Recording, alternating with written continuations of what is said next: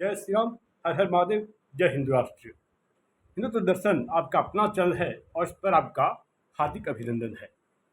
और मित्रों, आज का मुख्य विषय है, बारंबार ये सुनने को मिलता है, खास करके लोकतंत्र के चैंपियन जो अपने आप को संविधान के रक्षक के रूप में प्रदर्शित करते हैं और धर्मनिरपेक्षता के चैंपियन के रूप में प्रदर्शित करते हैं, इनके मुख से यह बात मुखारबिंद होती है कि हिंदू कभी खतरे में नहीं था। आज इसी विषय पर मैं ऐतिहासिक साक्ष्यों के साथ आप सबके समक्ष प्रस्तुत हूँ और मैं बताऊंगा कि हिंदू कब खतरे में नहीं था और हिंदू खतरे में है या नहीं, खतरे में था या नहीं, अब इसके बाद यह आप तय करेंगे। तो मित्रों, जो भी हमारे तथाकथित लोकतंत्र के चैंपियन हैं, मैं उनसे पूछना चाहूँगा कि यदि हिंदू खतरे में नहीं था तो फिर खतरे में नहीं है तो फिर 80,000 सेनाओं की निगरानी में अमरनाथ यात्रा क्यों होती है? अगर हिंदू खुशनुमा माहौल में था, खुशनुमा माहौल में है, तो अमरनाथ यात्रा 80,000 सेनाओं की निगरानी में क्यों होती है? नंबर 2, इनके द्वारा इनका ये कथन है कि हिंदू कभी खतरे में नहीं था। तो सन 1980 ईस्वी में पंजाब में बड़े पैमाने पर बहुत ही बड़ी मात्रा में हिंदुओं की नृशंस से हत्या की गई थी। नृशंस से हत्या हुई थी, निर्ममता से हत्या हुई थी। यदि हिंदू खतरे में नहीं था तो ये हत्या कैसे हुई, किसने की, क्यों की? जो यह बात कहा करते कि हिंदू कभी खतरे में नहीं था, तो मैं उनसे और भी मेरे ज्वलंत प्रश्न यह हैं कि यदि हिंदू खतरे में नहीं था तो 1990 ईस्वी में कश्मीर में जब बहुत बड़े पैमाने पर बहुत ही बड़ी मात्रा में हिंदुओं का नरसंहार हुआ था, तो क्यों हुआ था, कैसे हुआ था, किसने किया था, कौन थे इनके हत्यारे, आखिर उनका क्या कसूर था? यदि हिंदू खतरे में नहीं था तो 1990 में उनकी निर्ममता से हत्या करने वाले कौन थे? और जो भी इसे धर्म के नाम से जिसे कहा करते हैं, बहुतों को तो यह भी नहीं पता कि धर्म क्या है, मजहब और पंथ क्या है। ज्ञात हो जब 1990 में ये घटना हुई थी कश्मीर में बहुत बड़े पैमाने पर, तो मस्जिदों से यह अनाउंस किया जा रहा था, घोषणा की जा रही थी कि कश्मीर चाहिए हिंदू स्त्री औरतों के साथ और हिंदू मर्दों के बिना, हिंदू पुरुषों के बिना चाहिए उन्हें कश्मीर, और हिंदू औरतों के साथ उन्हें चाहिए था कश्मीर। क्या कोई धर्म ऐसा हो सकता है कि यह कहे कि उसे औरतों के साथ चाहिए और पुरुषों के बिना? तो मजहब और पंथ में यह अंतर है। मित्रों, जो भी ये कहा करते हैं कि हिंदू खतरे में नहीं था, तो मेरे और भी प्रश्न हैं कि डायरेक्ट एक्शन डे 1946 ईस्वी में हुआ था, 16 अगस्त 1946 ईस्वी में हुआ था। इससे आप कोलकाता किलिंग के नाम से भी, कलकत्ता किलिंग के नाम से भी आप इस पर से सर्च कर सकते हैं, खोज सकते हैं, जो कि आपको इसका सत्य पता चलेगा। तो 16 अगस्त 1946 ईस्वी में जब बड़े पैमाने पर हिंदुओं की नृशंस हत्या हुई थी, नृशंस हत्या की गई थी, तो क्यों की गई थी और इतनी निर्ममता से लाखों हिंदुओं की हत्या कैसे हुई थी? अगर हिंदू खतरे में नहीं था, हिंदू खुशनुमा माहौल में था, तो लाखों हिंदुओं की हत्या कैसे हुई? और इसे अंजाम देने वाला मोहम्मद अली जिन्ना था, जो पाकिस्तान का राष्ट्रपिता के रूप में जाना जाता है, और कुछ लोग तो इसे यहाँ पर अपना अब्बा मानते हैं। और जो भी ये कहा करते हैं कि हिंदू खतरे में नहीं था, तो मेरे और भी प्रश्न यह हैं। मित्रों, आपकी जानकारी के लिए बता दूं कि विभाजन के समय भारत के पंजाब के 2 टुकड़े हुए। इस विभाजन के समय भारत के 4 राज्य टूट करके अलग एक पाकिस्तान, एक इस्लामिक देश बना था। तो पंजाब, गुजरात, राजस्थान, जम्मू कश्मीर।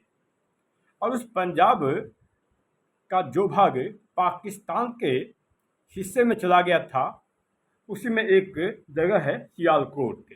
और सियालकोट में जब मैं बता रहा हूँ, पंजाब के सियालकोट में सन 1941 में हिंदुओं की जनसंख्या वहाँ पर 2,35,000 थी।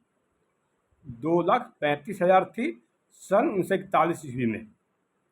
और इसके 5 साल बाद डायरेक्ट असेंडे 16 अगस्त 1946 को हुआ था।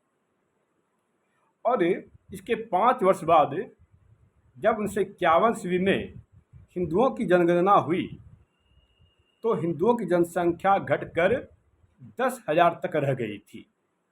ज्ञात हो 1941 में हिंदुओं की जनसंख्या 2,35,000 थी, और इसके 10 साल बाद 1951 में हिंदुओं की जनसंख्या 10,000 तक रह गई।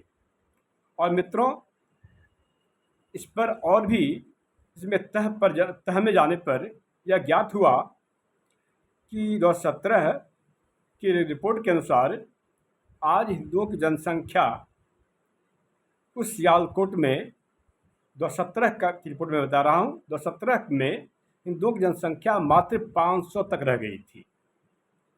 और मैं दावे से कह सकता हूँ कि आज यदि वहाँ की जनगणना हो, हिंदुओं की जनगणना हो, तो वहाँ पर हिंदुओं की जनगणना अब नगण्य है। अर्थात वहाँ कोई भी हिंदू परिवार अब नहीं होगा, नहीं हो सकता है। क्योंकि जब 2017 में 500 थी, तो आज मैं दावे से कह सकता हूँ कि अब वह जगह सियालकोट हिंदू विहीन हो चुका है। मित्रों, बारंबार ये कहा जाता है कि हिंदू खतरे में नहीं था। तो जो भी ये कहा करते कि हिंदू खतरे में नहीं था, तो मेरे और भी प्रश्न है कि यदि हिंदू खतरे में नहीं था, तो सन 1990 से लेकर के 2024 तक, एक बार फिर से 1990 से लेकर 2024 तक अमरनाथ यात्रा पर अब तक 36 बार हमले हो चुके हैं। 1990 से 2024 तक अब तक 36 बार हमले हो चुके हैं। अब इसके बाद भी कोई यह कहे कि हिंदू खतरे में नहीं था, तो आप समझ सकते हैं कि वो कैसा है और वो क्या कर रहा है। वो आपको वर्गला रहा है, कुछ मूर्ख बना रहा है, और आपको सत्य से दूर रखना चाह रहा है। मित्रों, इतना पर भी यदि उन्हें संतुष्टि नहीं है और ये कह रहे हैं, तो उन्हें और ये बताना चाहता हूँ कि यदि हिंदू खतरे में नहीं था, तो मेरे और भी प्रश्न यह हैं कि पुरुषपुर, जो कि पाणिनि ऋषि मुनि का जन्म स्थान हुआ करता था, अब यही पेशावर कहलाता है। आज इस पुरुषपुर में हिंदुओं की जनसंख्या 9 के बराबर है। हिंदुओं का कोई नाम लेने वाला तक नहीं है, हिंदुओं का नाम निशान तक नहीं है, और एक भी मंदिर वहाँ पर नहीं बचा है। तो आप बताएं, पुरुषपुर से पेशावर हो गया और वहाँ पर ना कोई मंदिर बचा और ना कोई हिंदू ही बचे, तो क्या हिंदू खतरे में नहीं है? इसके बाद जो भी ये कहा करते हैं, उनसे मेरे और भी प्रश्न हैं।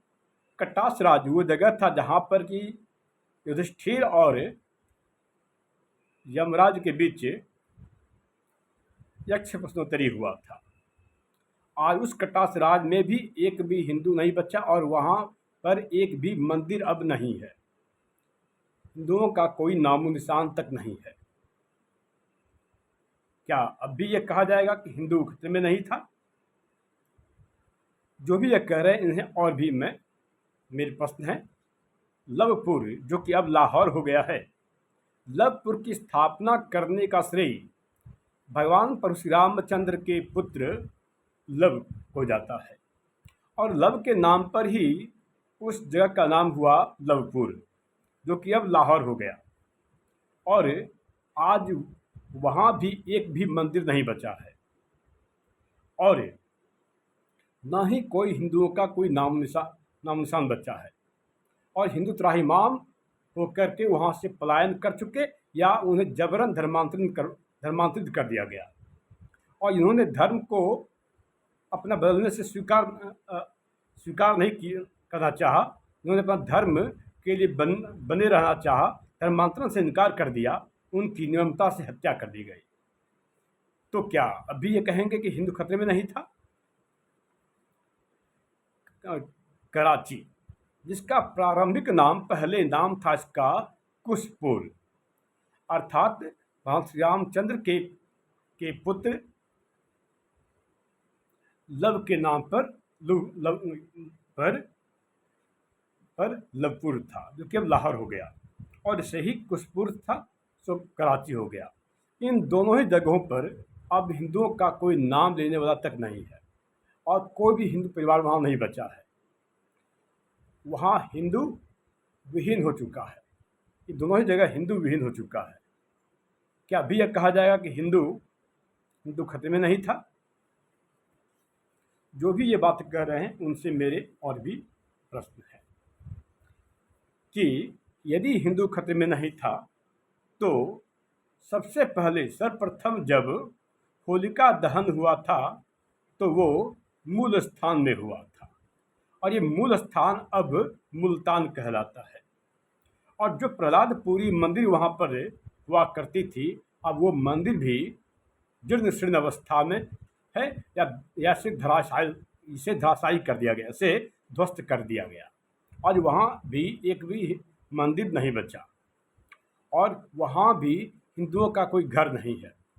हिंदुओं का कोई नाम हिंदुओं का कोई नाम लेने वाला तक नहीं है, और वह जगह भी, अर्थात मूल स्थान, जो कि अब मुल्तान नाम से जाना जाता है, वो भी हिंदू विहीन हो चुका है। क्या अब भी कहा जाएगा कि हिंदू खतरे में नहीं था? और मित्रों, जो भी ये कहा करते हैं, मेरे उनसे और भी प्रश्न। मित्रों, प्रभु श्री रामचंद्र के पुत्र कुश के द्वारा दो जगहों की स्थापना की गई थी।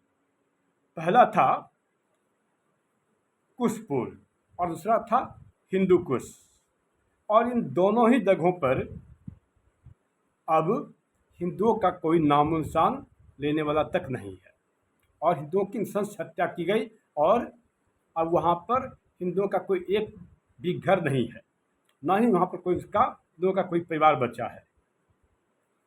और एक पाकिस्तान के लाल टोपी वाले, जो कि काफ़ी फेमस हैं, उनका तो खुद ही ये कथन है कि हमने हिंदुओं को कैसे मार मार कर कैसे काटा था, ऐसे वो का महिमा मंडन कर रहे थे। तो हिंदू कुश में भी अब हिंदुओं का कोई नाम निशान तक नहीं बचा, और वह जगह भी हिंदू विहीन हो चुका है, और वहाँ पर अब एक भी मंदिरें नहीं बची है।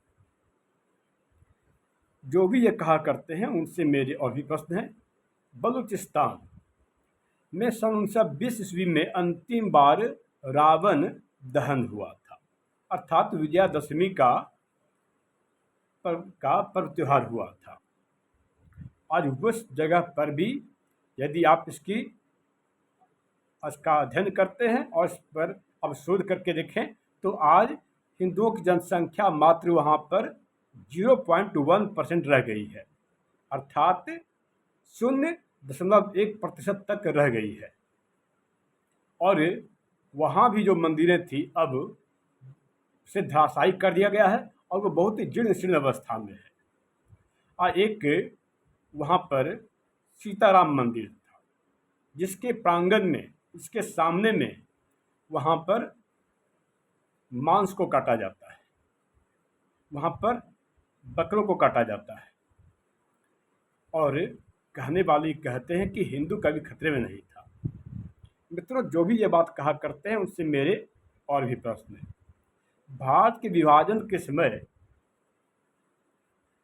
पाकिस्तान में 4080 मंदिर था, और अब प्राप्त जानकारी के अनुसार अब वहाँ पर मात्र 22 मंदिर ही बचे हैं, और भविष्य में ऐसा भी हो सकता है, जो कि पूरे दावे से कहा जा सकता है, कि वहाँ पर बाद में जाकर ये 22 मंदिर भी वहाँ पर न मिले, अर्थात उस 22 मंदिरों को भी ध्वस्त कर दिया जाए, उसे जमींदोज कर दिया जाएगा, ऐसा लगता है।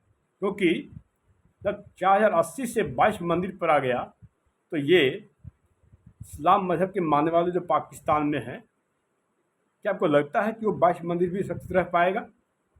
नहीं रह पाएगा। तो मित्रों, हिंदू खतरे में था या नहीं, हिंदू खतरे में है या नहीं, ये आप तय करें। और मित्रों, आपसे आग्रह है कि सनातन हिंदू धर्म से संबंधित गूढ़ रहस्यों की जानकारी के लिए और सनातन हिंदू धर्म के उत्थान हेतु जो अभियान हमारे सनातनी बंधु सभी मिलकर चला रहे हैं, उनमें अपना भरपूर साथ दें, क्योंकि आपका साथ है, आपका बहुत बहुमूल्य योगदान के रूप में जाना जाएगा। यदि आपका साथ दिया जाता है तो इससे इतिहास में बहुमूल्य योगदान के रूप में जाना जाता है, और इससे हम सभी सनातनी बंधुओं का हिम्मत बढ़ेगा, उनका हौसला बढ़ेगा। और यह जानने वाली बात है, यह गौरतलब बात है कि धर्म युद्ध के लिए किसी को आमंत्रण नहीं दिया जाता है, धर्म युद्ध के लिए किसी को निमंत्रण नहीं दिया जाता है, स्वयं आना पड़ता है। आप यदि आ नहीं सकते तो आप अवश्य साथ दें। जय श्री राम।